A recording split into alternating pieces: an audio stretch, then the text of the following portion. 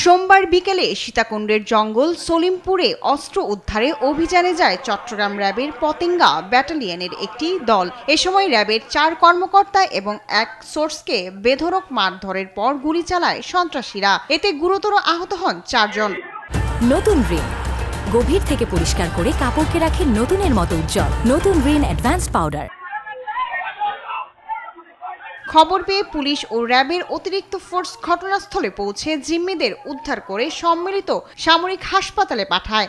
সেখানে র্যাব 7-এর উপসহকারী পরিচালক আব্দুল মোতালেবকে মৃত ঘোষণা করেন চিকিৎসক। আহত 3 জনের অবস্থায় আশঙ্কাজনক বলে জানিয়েছেন চিকিৎসক। যেখানে অপারেশন গেছিল সেখানকার লোকজনের যে মারামারি হয়, মারামারির প্রেক্ষিতে আহত 4 জনকে আমরা উদ্ধার করি।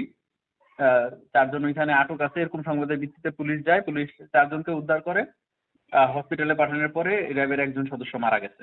এই ঘটনার পর জঙ্গল সলিমপুর এলাকায় পুলিশ ও র্যাবের অতিরিক্ত ফোর্স মোতায়েন করা হয়। ওই এলাকায় থমথমে অবস্থা বিরাজ করছে।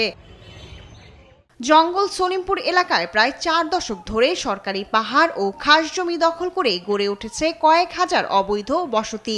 দুর্গম পাহাড়ি এলাকা হওয়ায় এটি দীর্ঘদিন ধরেই পাহাড় খেকো, ভূমিদস্যু ও সশস্ত্র সন্ত্রাসীদের নিরাপদ আশ্রয়স্থল হয়ে ওঠে। শায়লা খান, নিউজ ডেস্ক, দেশ টিভি।